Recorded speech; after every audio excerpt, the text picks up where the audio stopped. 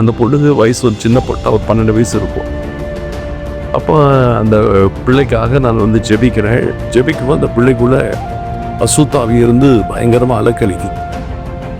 நான் அதை கமாண்ட் பண்ணி அந்த ஆவி துரத்த ஆரம்பிக்கும் போது அந்த பிள்ளையுடைய தாய்க்குள்ளேயும் ஒரு விழுந்து போன தூதன், ஒரு பயங்கரமான ஆவி அந்த தாய்க்குள்ளே இருந்திருக்கு. அந்த தாய்க்குள்ள இருக்கிற ஆவி வந்து அவ்வளவு தூரம் ஒரு பவர்ஃபுல்லாக இருந்ததுனால சவாலை விடும். என்னையும் நீ துரத்திடுவியா? நான் யார் தெரியுமா உனக்கு? என்னையை துரத்தி நீ வந்துட்டியா? நீ உன்னால என்னை ஒன்றுமே பண்ண முடியாது அப்படின்னு அது பாட்டுக்கு சேலஞ்ச் பண்ணு. நான் வந்து இந்த சரீரத்தை கூட வந்திருக்கிறேன்னா அது ஒரு காரணம் இருக்குது. ஆமா, ஒரு விஷயம் இருக்கு. இவள் வந்து என்னுடைய பக்தை.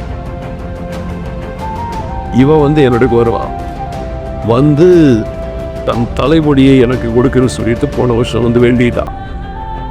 அதனால அவளுடைய தலையில் இருக்கிற முடியெல்லாம் எனக்கு அவ வேண்டிக்கிட்டு இருக்கிறான். அதனால நீ வேணா அந்த அவளுடைய தலைமுடி எனக்கு கொடு, நான் போயிடுறேன். இது இருக்கிற தலையில அத்தனை முடியும் கர்த்தர் எண்ணி வச்சிருக்கிறார். இவளை படைத்த இயேசு கிறிஸ்து அவர் எண்ணி வச்சிருக்கிறார். நீ நிக்க முடியாது, நீ பேசாம போய் தான் ஆகணும். இது சரீரத்தில் உனக்கு ஒரு முடி கூட உனக்கு சொந்தம் பண்ணது கிடையாது. போய் இயேசுவின் சொன்ன உடனே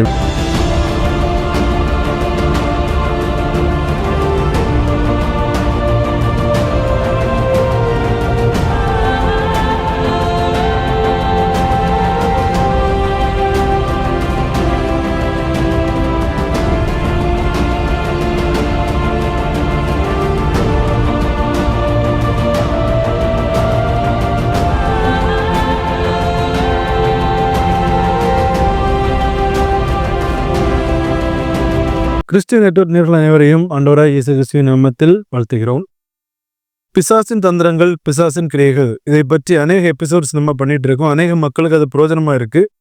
பாஸ்டர் ஸ்டீபனும் நம்ம கூட இணைஞ்சு அநேக கேள்விகளுக்கான பதில் அவங்க கொடுத்துட்டு இருக்காங்க. இப்பவும் ஒரு கேள்வி இருக்கு, அதற்கான பதிலை நம்ம அவங்க கிட்ட டைரக்டா கேட்டு தெரிஞ்சுக்க போறோம். பேசுறாரு பாஸ்டர்.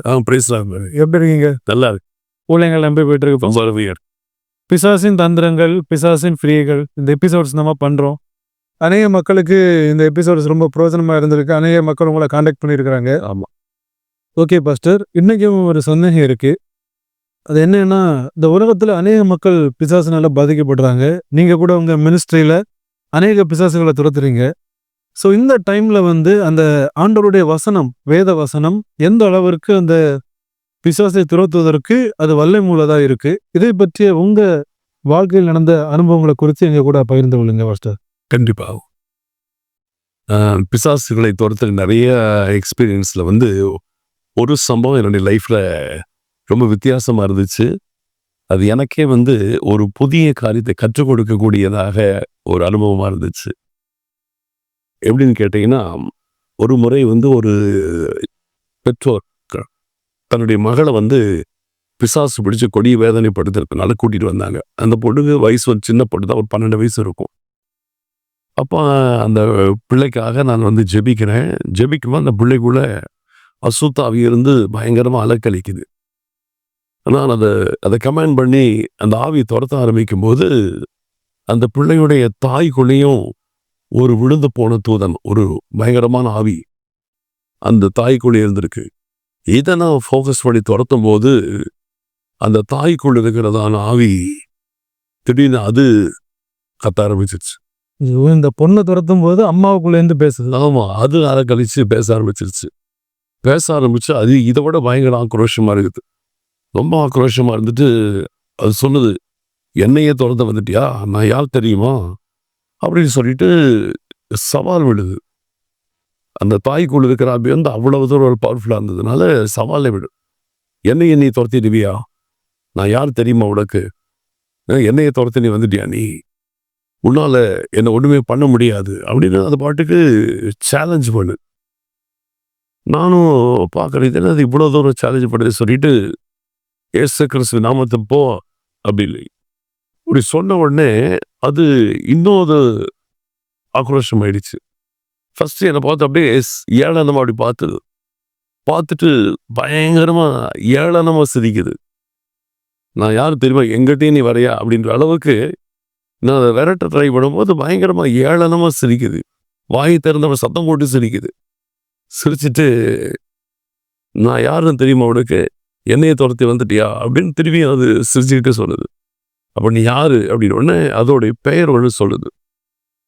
அது பயங்கரமான ஒரு அசுத்தாவி, விழுந்து போன தூதனர். அதோடைய பெயரை சொல்லிட்டு, நான் தான் இருக்கிறேன், முடியாது, இவளை விட்டு போறதுக்கு நான் முடியாது, நீ என்ன துரத்திடுவியா அப்படின்னு சொல்லிட்டு என்கிட்டயே அது சேலஞ்ச் பண்ணிட்டே இருந்துச்சு. அப்ப நான் சொன்னேன், யாரா இருந்தா எனக்கு என்ன, இயேசு கிறிஸ்துவின் நாமத்தினால நீ போய் தான் ஆகணும் அப்படி சொல்லிட்டு இன்னும் கமெண்ட் பண்ணு, நீ யாரை வேணா இருந்துக்கோ அப்படின்னு அது சொன்ன பேரெல்லாம் காதுலயே வாங்கிக்கிறேன். நீ யாரா இருந்தா பேசாம நீ போய் தான் ஆகணும்னு.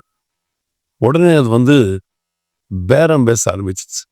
என்ன ஒரு கேள்வினா, இப்போ அது வந்து கரெக்டா ஒரு பேர் சொல்லுது அப்படிதானே? ஆமா, ஸோ ஒவ்வொரு அசுத்தாவிக்கும் ஒரு பேர் இருக்கு. கண்டிப்பா இருக்கு. அப்ப அந்த பெயரோட தான் அது வந்து அந்த ஜனங்களுக்கு வெளிப்படுது. அந்த பெயர் மூலமா உள்ள வந்து அந்த ஜனங்க அந்த ஆவிகிட்ட கான்டாக்ட் பண்ண முடியும். அப்ப அந்த பெயர் அது உண்மை, ரியல்.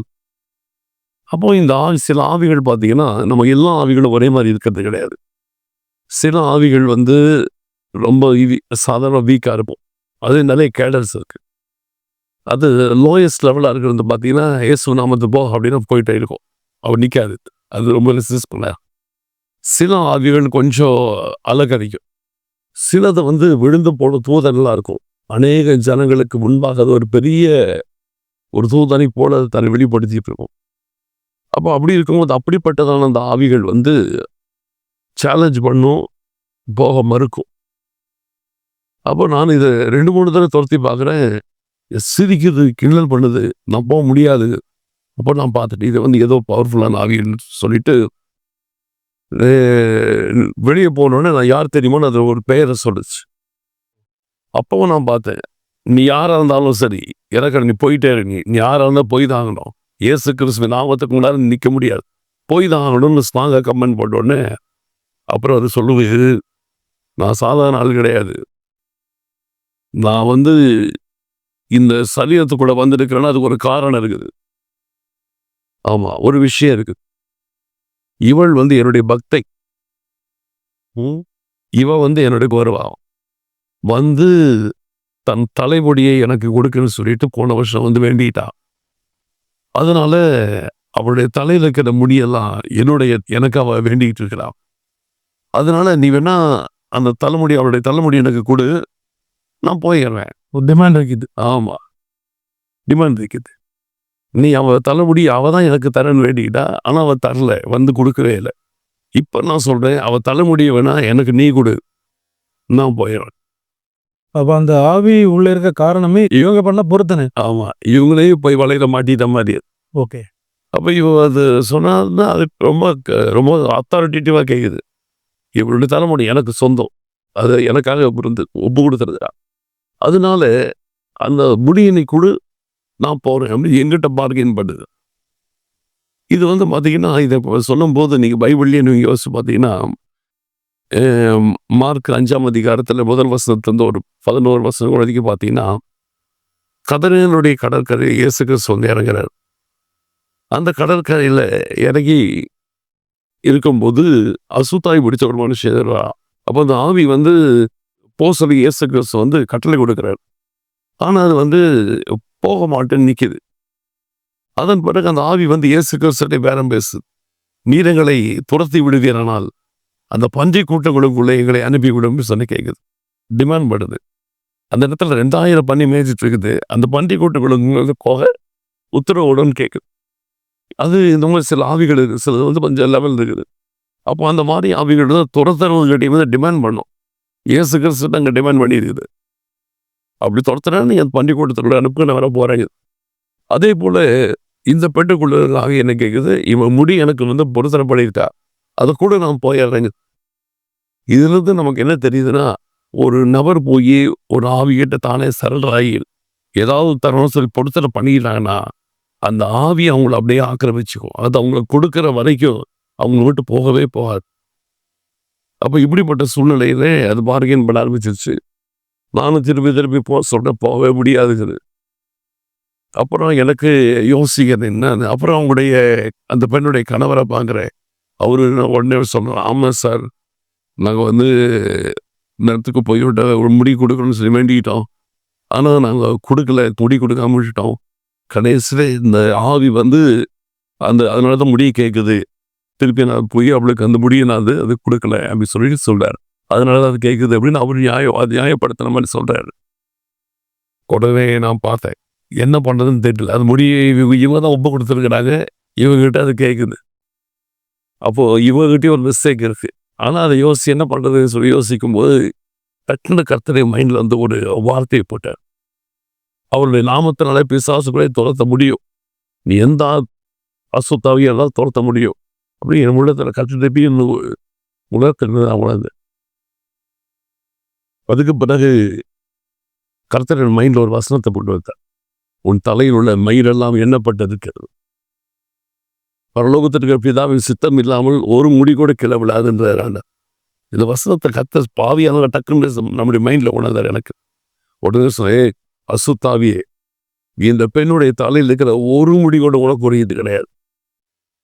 இதில் இருக்கிற தலையில் இருக்கிற அத்தனை முடியும் கர்த்தர் எண்ணி வச்சிருக்கிறார். இவரை படைத்தவர் இயேசு கிறிஸ்து அவர் எண்ணி வச்சிருக்கிறார். நீ நிற்க முடியாது, நீ பேசாமல் போய் தான் ஆகணும். இந்த சரீரத்தில் உனக்கு ஒரு முடி கூட உனக்கு சொந்தமானது கிடையாது. போய் இயேசுவின் நாமத்தில் சொன்ன உடனே இந்த ஆவி அலக்கழிச்சு பொத்துன்னு விழுந்து இந்த வசனம் வெளியே வந்த உடனே அப்படி ஒரே ஓட்டம் ஓடி போயிடுச்சு. அப்பதான் தெரிஞ்சது தேவனுடைய வார்த்தைக்கு எவ்வளவு வல்லமை இருக்குது.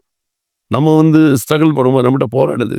ஆனால் வசனத்தை பயன்படுத்தக்கூடிய விசுவாசத்தையும் ஜெபத்தை இந்த மாதிரி கொடுத்துருக்கும் போது எப்படிப்பட்ட ஆவிகளையும் நம்மளால துரத்த முடியும். எந்த ரோட்டில் வருதோ அந்த ரோட்டில் நம்ம பதில் கொடுக்குறோம்.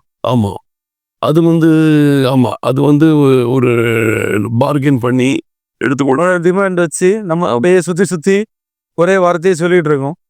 நம்ம வசனத்தை வச்சு கரெக்டாக அடிக்கும்போது அதெல்லாம் நிற்க முடியாது. அப்போ தான் தெரிஞ்சது தேவனுடைய வார்த்தைங்கிறது எவ்வளோ வல்லமையானது. அந்த வார்த்தையை நம்ம சொல்லும் பொழுது பிசாசுகள் அப்படியே நடுங்குகிறது. அந்த வார்த்தை கூட நிற்காதனால முடியல. அப்படி தொடர்த்துன உடனே ஆட்டோமேட்டிக்காக அந்த பெண் 100% விடுதலை ஆகிட்டாங்க.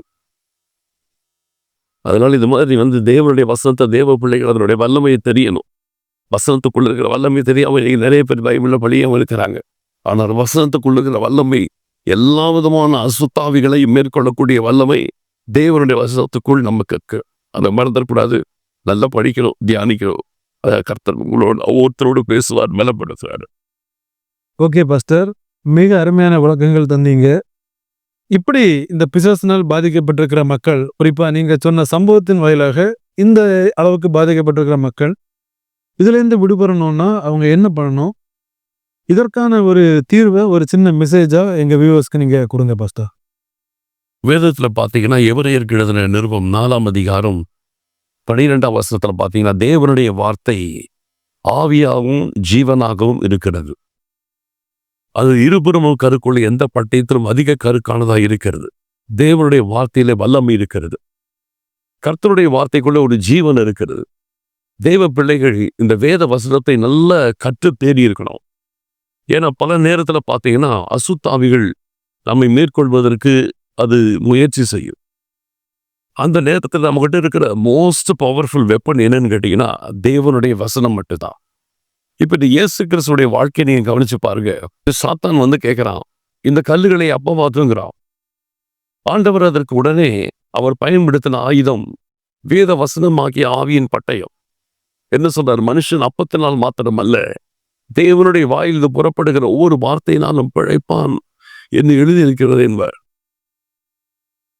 அடுத்தபடியாய் பார்க்கும்போது பிசாசானவன் ஆண்டவரை வீழ்த்துவதற்காக அவன் சொல்றான், நீ தேவாலயத்தில் உப்பரிக்கிறது தாழ குதியும், தேவதூதர் வந்து உன்னை தங்கள் கைகளில் ஏந்தி கொண்டு போவார்கள் என்று எழுதியிருக்கிறதே அப்படின்னு சொல்லி அவன் வசனத்தின் மூலமா வருவான். அப்போ ஆண்டவர் பார்த்தீங்கன்னா அதையும் கூட வசனத்தில் தான் ஹேண்டில் பண்ணுவார். உன் தேவனாகிய கர்த்தரை பரீட்சை பாராதடுப்பாய் ஆகிடுவார். அவன் நடுங்குவான். அதன் பிறகு எல்லாத்தையும் உனக்கு தர நீ பணிந்து கொள்ளு பிசாசு வந்து பேர பேசுவான். ஓ, நீ இவ்வளவு தூரம் இருக்கிறேன் ஆண்டவரை செய்வன், எனக்கு அப்பால சாத்தானேனார். சொன்ன மாத்திரத்தை அந்த அசுத்தாவி அந்த சாத்தான் அந்த இடத்தை விட்டு அகன்று போயிடுச்சு. அதனால வசனத்தை நிறைய படிங்க, வசனத்தை இருதயத்தில் பதிச்சுடுங்க. அந்த படி வசனத்தை நீங்கள் உங்கள் உள்ளத்துல வச்சிருக்கும் போது எந்த பிசாசு கூட மேற்கொள்ள முடியாது. இயேசு கிறிஸ்துவின் நாமத்தில் தேவனுடைய வார்த்தை எடுத்து நீங்க பயன்படுத்தும் பொழுது பிசாசு ஆவிகள் எல்லாம் உங்களுக்கு முன்னால நிக்க முடியாம ஓடி போயிடும். அதனால வசனத்துக்குள் வல்லமை இருக்கிறது. வசனத்தின் மூலமாய் பிசாசு கிரியைகளிலே அகப்பட்டவர்களை விடுதலை செய்ய முடியும். ஆகையால் வசனத்தை நல்லா பிடிச்சிட்டு கர்த்தருக்கு தான் நில்லுங்க. வசனத்தை நல்ல மனசுல வச்சுக்கோங்க. வசனத்தை எடுத்து பிசாசுக்கு அகைன்ஸ்டா யூஸ் பண்ணுங்க. பிசாசு மூடி போயிடும். ஓகே பாஸ்டர், மிக அழகான ஒரு மெசேஜ் கொடுத்தீங்க. அநேக மக்களுக்கு இந்த இன்டர்வியூ பிரயோஜனமாக இருக்கும்னு கண்டிப்பாக ஆண்டுக்குள்ளாக நம்புகிறோம். எங்கள் சேனலுக்கு வந்து இந்த சந்தேகத்துக்கான பதிலை உங்கள் ஊழியத்தின் அனுபவம் மூலம் எங்களுக்கு எடுத்து சொன்னதுக்கு ரொம்ப நன்றி பாஸ்டர்.